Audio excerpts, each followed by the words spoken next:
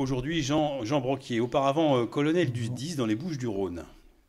Vous avez été du service départemental d'incendie et de secours des Bouches-du-Rhône. Des Bouches-du-Rhône. Vous avez été adjoint aux travaux dans l'équipe de Claude Gilardot, qui est à vos côtés, puis candidat à la mairie de Brignoles en 2014, à la mairie en tant que maire, bien sûr. Avez-vous un commentaire déjà sur ces élections avec le recul d'aujourd'hui? Je ne sais pas si je prendrai la même décision. Je voudrais dire que je ne fais pas de politique politicienne. Bon. Mais à ce jour, force est de constater que la gauche n'est plus représentée au conseil municipal. Et ce n'est pas Josette Pons, Madame Pons, qui nous y aide, qui nous facilite les choses, parce qu'en ne nous donnant pas de salle, on a des difficultés quand même à se réunir. Bon, aujourd'hui, vous avez souhaité réagir sur un certain nombre d'événements récents concernant la commune de Brignoles et sa région. Alors pourquoi êtes-vous resté silencieux jusqu'aujourd'hui? Nous ne sommes pas restés silencieux. Suite au renoncement de Mme Pons pour ce qui concerne la réalisation des cinémas, nous avons fait un papier, désastre culturel pour Brignoles. Bon, ce papier a été distribué. Ensuite, nous avons fait un petit Brignolais. Le petit Brignolais a été distribué aussi, mais vaille que vaille, bon, par nous-mêmes. Ça a touché combien de personnes? C'était distribué à combien d'exemplaires? À peu près 1000 exemplaires, chaque fois. Distribué sur le marché? Oui, ou dans les boîtes aux lettres, parfois. Nous avons aussi réagi dans le journal, suite aux divers événements qui nous mettaient en cause à la municipalité précédente. Donc nous ne sommes pas restés sans voix. Bon, maintenant, avec leur matin, ils ont des contraintes.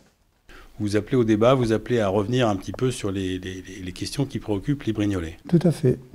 Aujourd'hui, l'actualité vous conduit à aborder le projet d'aménagement de la dernière réserve foncière importante sur la commune de Brignoles, le quartier de Paris. En 2004, Jean-Pierre Garcien, alors maire de la commune, décide d'acquérir les 12 hectares de ce quartier. Jean-Pierre Garcien décide d'acquérir le quartier de Paris. Pour cela, il sollicite l'établissement public foncier régional et il acquiert le terrain. C'est-à-dire que l'établissement public foncier régional fait le portage, c'est-à-dire l'avance de fonds, et à l'intérieur du périmètre définit le projet, et à la mairie, la commune, Jean-Pierre Garcien doit l'acquérir dans les 3 ans, ou le faire racheter, parce que soit il acquiert par la commune, soit c'est d'autres institutions qui l'acquièrent. Voilà. Donc, par exemple, la communauté de communes qui a fait des acquisitions aussi.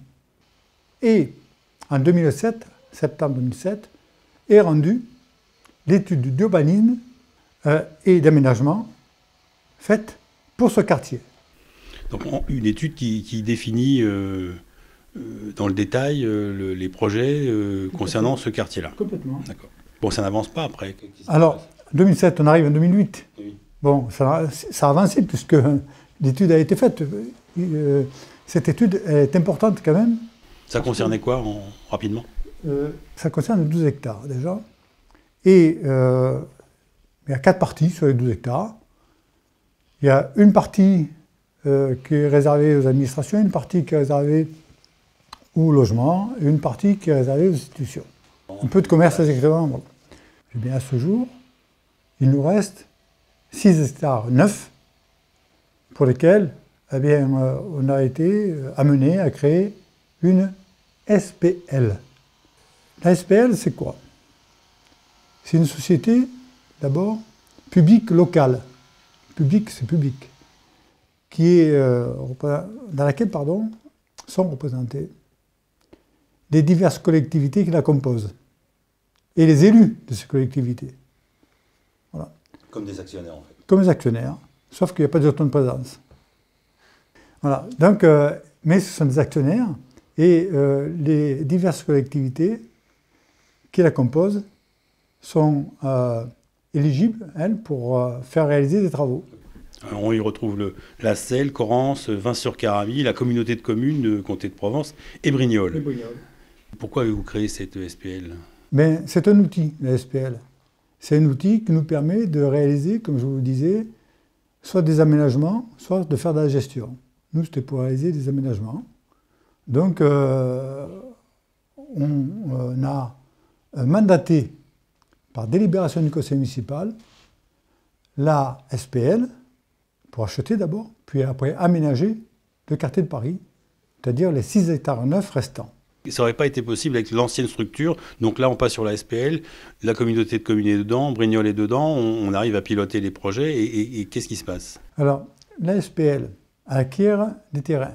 Elle met bureau d'études au travail avec le PFR, parce que c'est toujours la convention de base qui tient. C'est-à-dire qu'il y a quand même, dans les logements, sur les 6 hectares neufs, il y a quand même 30% de logements sociaux. Donc, c'est la convention de base qui tient. C'est à intégrer dans le quartier. C'est un lieu hautement résidentiel, puisqu'il y a des résidences. Et c'est un lieu quand même qui est paysager. C'est un lieu qui est à l'intersection entre la ville et la campagne. Donc, il y a un travail à faire qui est là-dessus innovant et bien intégré dans le paysage. Alors pour qu'on ait une bonne perception de l'ampleur du projet, on peut, vous parlez de 30% de logements sociaux, sur combien de logements prévus dans le projet? À peu près, je dis bien approximativement parce que ça c'est pas encore complètement calé, 300 logements. D'accord, donc une centaine de logements sociaux. Mais après tout, qu'est-ce qu'on appelle logement social? Alors voilà, le logement social, il faut savoir quand même que 70% environ de la population du Var est éligible au logement social. Et le logement social, il ne faut pas qu'il ait cette image encore. D'ailleurs, je suis désolé, mais je regrette que Mme Pons ne casse pas cette image de logement social. Elle en inaugure au Bossé. Là, c'est très bien, mais à Brignoles, c'est pas très bien. 70% de la population du Var peut prétendre à un logement social. Tout à fait. Selon quelles sources? Quelles sont vos sources pour dire ça? Les sources, c'est simple. C'est Olivier Audibertoin qui, lorsqu'il a inauguré des locaux d'habitation, logement social, à Corrence, l'a dit dans la presse. À livrer ces chiffres-là, moi je me base là-dessus. Olivier Audibertoin, qui est donc... le président de la communauté de communes, d'agglomération, de Draguignan. Quelle est la volonté de la municipalité aujourd'hui vis-à-vis de ce quartier de Paris? Si vous le savez, moi, je suis preneur. On ne sait pas. Madame Pons dit que c'est stratégique. C'est ce qui était prévu pour nous, dans ce quartier de Paris. C'est, sur les 6 hectares neufs, de réaliser le groupe scolaire, la cuisine centrale, alors le groupe scolaire avec crèche, bien sûr, cuisine centrale, l'unité de potabilisation de l'eau, voilà, et des commerces. Voilà ce qui était prévu. Mettre des commerces sous les bâtiments, voilà, d'habitation, sous les logements. Voilà. Donc ça, c'est ce qui était prévu. D'un point de vue culturel, il y avait des projets également d'intégrer? Alors, point de vue culturel, mais ça, c'était déjà intégré avant, c'est ce que nous avions déjà acheté. C'était ce qu'on appelait le H9, qui était dédié aux musiques actuelles. Un genre de théâtre, une salle de un petit théâtre, oui, un petit théâtre, oui, une centaine de places. D'accord. Toujours pas de grande salle, parce qu'à Brignoles, on dit qu'il manque une grande salle. Lorsque nous sommes arrivés aux affaires, en 2008, nous avons fait un sondage pour savoir les souhaits des Brignolais. Et dans ce sondage... Qui a réalisé? C'est un institut Pas du tout, c'est la maison de Brignoles. La maison de Brignoles, d'accord. Et dans ce sondage, il est apparu que la piscine était citée en premier. Ouais. Un deuxième était cité le parking, et un troisième, à égalité, était cité le cinéma et la salle de spectacle. On s'est attaché à faire la piscine, on a continué par la réalisation du cinéma. Sauf que Madame Pons, qui avait dit que c'était un projet dont Brignoles avait de besoin, en plein débat public, et qu'elle avait dit qu'elle le continuerait, l'a stoppé. non seulement elle a stoppé, mais en plus, elle est revenue sur ce qu'elle avait dit. La commune a mis 500 000 € dans l'ancien cinéma pour le rafistoler, pour le remettre en service, un an plus tard pratiquement. Et elle a terminé, elle n'a pas continué. Le projet que nous avons mis en œuvre, à savoir que ce projet était validé par le Centre national de cinématographie, était financé par des fonds publics, mais pas par nous, par l'État, le CNC, la région, la communauté de communes, le conseil général. Donc ce projet et les actionnaires, il fallait faire, tout simplement, c'était démolir les deux ailes du Collège Liberté, c'est-à-dire l'aile sud et l'aile nord, de manière à pouvoir implanter le cinéma. Voilà, donc c'est tout ce qu'il fallait faire. Il y en avait pour 1 million €. Madame Ponce a préféré tout simplement consacrer 500 000 € à rafistoler ce qui était l'ancien cinéma, et alors que là, il y aurait eu sur le cours Liberté un cinéma avec 4 salles, 650 places, et qui aurait fonctionné 365 jours sur l'année, et avec dessous une petite cafétéria pour se restaurer. Voilà. Alors effectivement, vous avez eu une gestion catastrophique, hein, vous avez mis la ville à genoux. Lorsque monsieur le préfet Laurent Quérel est venu à Brignoles au mois de juillet 2014, début juillet 2014, monsieur Quérel a dit sur la situation financière de la ville, donc rien de catastrophique, la situation financière ne justifie pas, de Brignoles ne justifie pas la saisissation des comptes. Il ajoute, il s'agit d'un dispositif préventif, pas simplement appliqué à Brignoles, car d'autres communes en font l'objet. Voilà, donc il n'y a pas que Brignoles qui est concerné, il y a tout un tas de communes qui en font l'objet aussi. Non, c'est surveillance, point. Voilà. Alors, ça, c'est important parce que c'est notre gestion qui était mise en cause. Donc là, c'est important. Ça, ce que dit le préfet, voilà, rien de catastrophique. Déjà, on peut comparer avec, par exemple, on va prendre des exemples au hasard, hein, Saint-Cyr, au hasard Digne, mais là c'est vraiment au hasard, et après Brignoles. Digne parce que c'est une ville d'importance équivalente. Hein, Saint-Cyr, 11 700 habitants. Digne, c'est 16 500. Bon. Alors, au niveau de l'annuité de la dette pour Saint-Cyr, c'est 177 € par habitant, par an. Au niveau de Digne, c'est 251 € par habitant. Et au niveau de Brignoles, c'est 151 € par habitant par an. Bon, voilà. Alors après, il y a le stock de dette. Ce sont deux notions différentes. Parce qu'il y a l'annuité, ce qu'on paie par an, mais on peut l'étaler, on peut raccourcir, etc. Donc il y a le stock de dette. Il faut savoir que, par exemple, pour Digne, c'est 40 millions.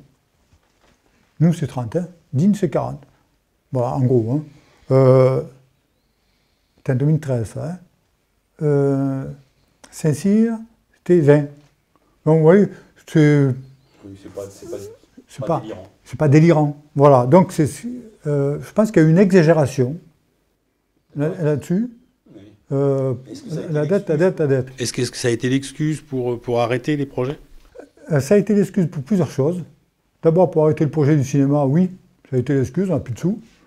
Après, ça a été l'excuse pour masquer peut-être les lacunes de la municipalité actuelle qui n'entend pas rien et qui a quand même augmenté les impôts. Et ça a été aussi l'excuse précisément pour augmenter les impôts.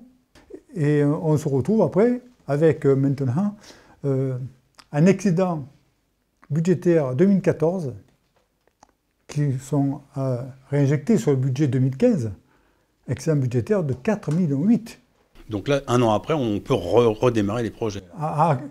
Même on aurait pu pas les arrêter d'ailleurs. Ça coûte d'arrêter et redémarrer des projets? Ça coûte d'arrêter, ça coûte de redémarrer. ça coûte de changer de bureau d'études, enfin il y a tout un engrenage dessus. Et puis après ça coûte parce que un projet, d'ailleurs on le voit bien pour ce qui concerne la situation du quartier de Paris. Un projet comme le quartier de Paris, un mandat n'a pas suffi. Deux mandats n'ont pas suffi. Ce qui veut dire que si on arrête les projets, si chaque fois on change de fusil d'épaule, eh bien, qu'est-ce qui se passe? Ben, ça n'avance pas. Tout simplement, rien ne se fait. C'est la paralysie. Pas volontaire, certes, mais c'est la paralysie. Et je pense que là, Madame Pons aurait été bien inspirée de donner suite au cinéma. Et maintenant, effectivement, comme vous en parliez, de peut-être se pencher sur la réalisation d'une salle de spectacle aussi. Oui, de se pencher sur la réalisation d'une salle de spectacle, tout simplement parce que eh bien, c'est incontournable pour une ville de 17 000 habitants, maintenant, sous-préfecture. Il n'est pas possible de continuer avec un bâtiment, certes, qui est très bien, mais sauf que maintenant il est dépassé, il doit des expositions. Enfin, quand même. Vous déplorez le manque de continuité quand une équipe remplace une autre équipe dans une municipalité? Déjà, Brignoles, trop longtemps, a souffert précisément de ce changement de politique.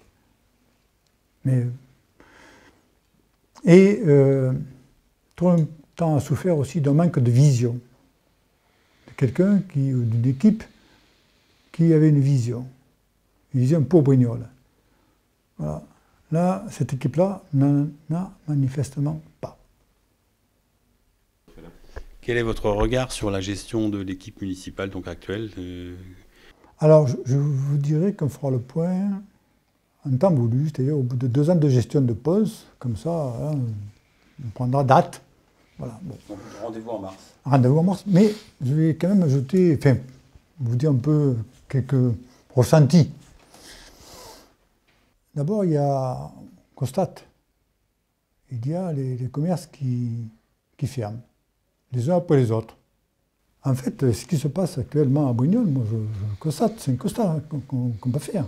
C'est qu'il y a Leclerc, où il y a de la vie, le centre-ville, où les gens viennent travailler parce qu'il y a des administrations, etc. Du reste, ça se voit, parce que tous les parkings sont pleins, tous. Bien.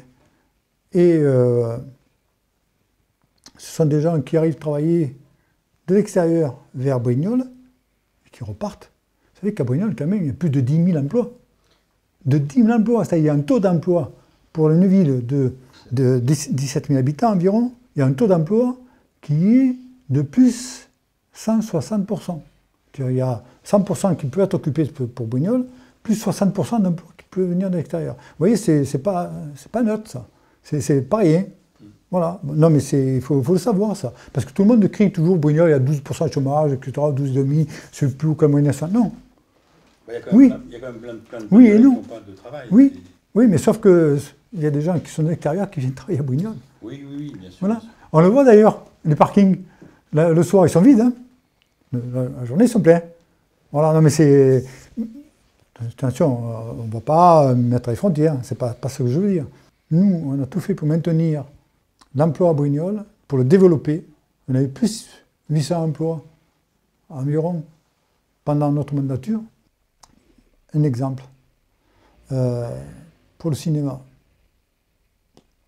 Madame Pons a menti.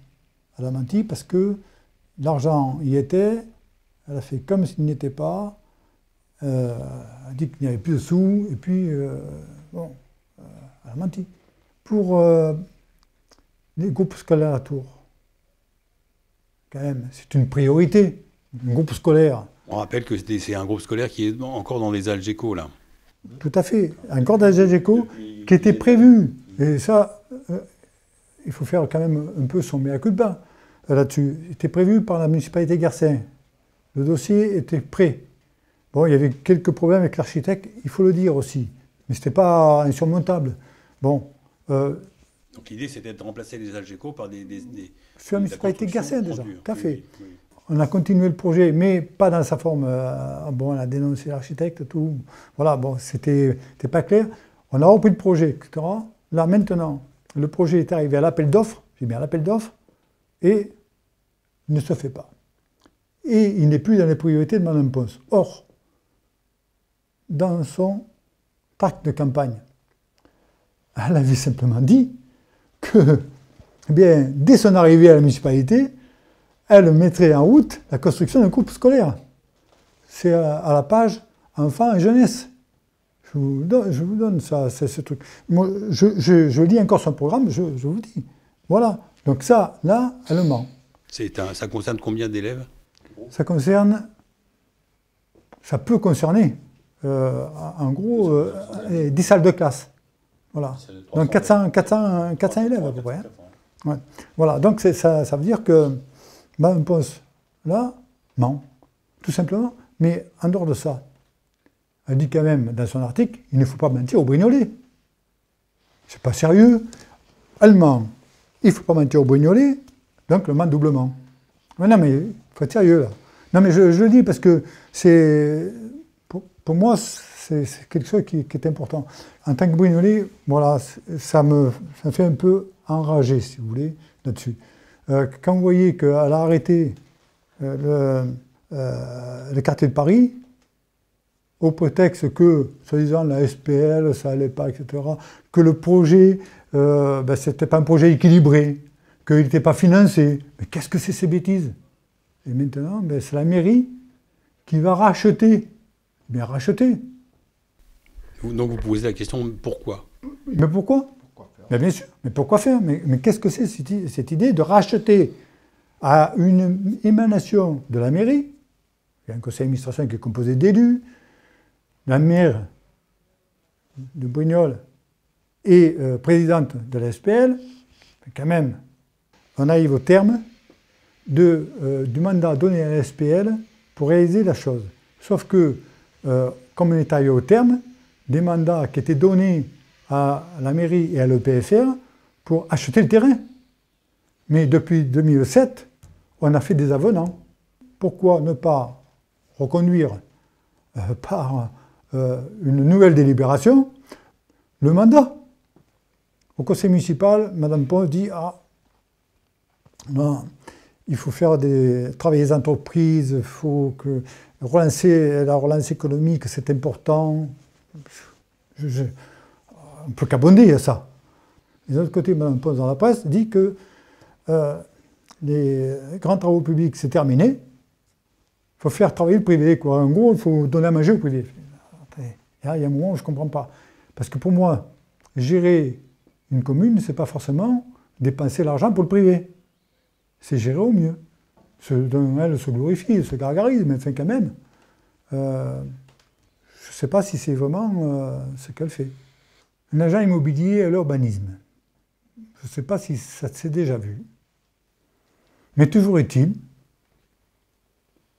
que, d'après les règles, il doit faire la demande, ou il doit signaler plutôt, les dossiers sur lesquels il peut y avoir un conflit d'intérêt. Le conflit d'intérêt, c'est quoi? C'est simplement lorsque se sert de sa fonction privée pour exercer une fonction publique. Pour moi, hein, ça me paraît un peu tiré par les cheveux. Voilà. On a fait en sorte d'améliorer la vie des gens dans la cité. Voilà, ça c'est le but de politique. C'est d'améliorer la vie des gens dans la cité et, si possible, de faire rayonner cette cité. Voilà. Bon, ça c'est le but ça, des politiques. C'est pas de dire qu'elle est pleine de potentiel, elle est pleine d'ambition, là. Non, c'est pas ça.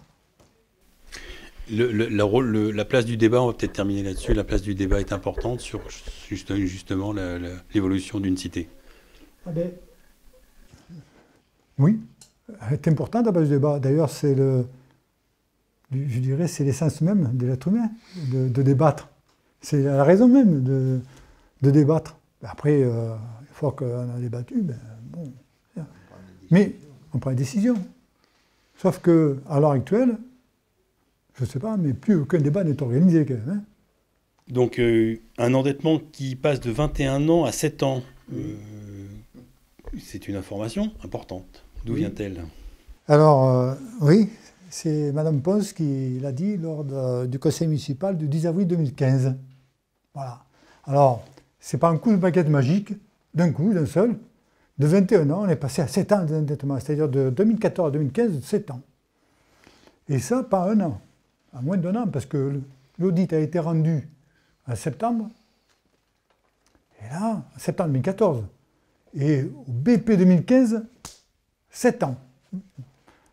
Autrement dit, on fait dire aux chiffres ce qu'on veut. Mais, quand même, Enfin, si c'est vrai, c'est plutôt... ça prouve que notre gestion n'était pas aussi catastrophique que ça.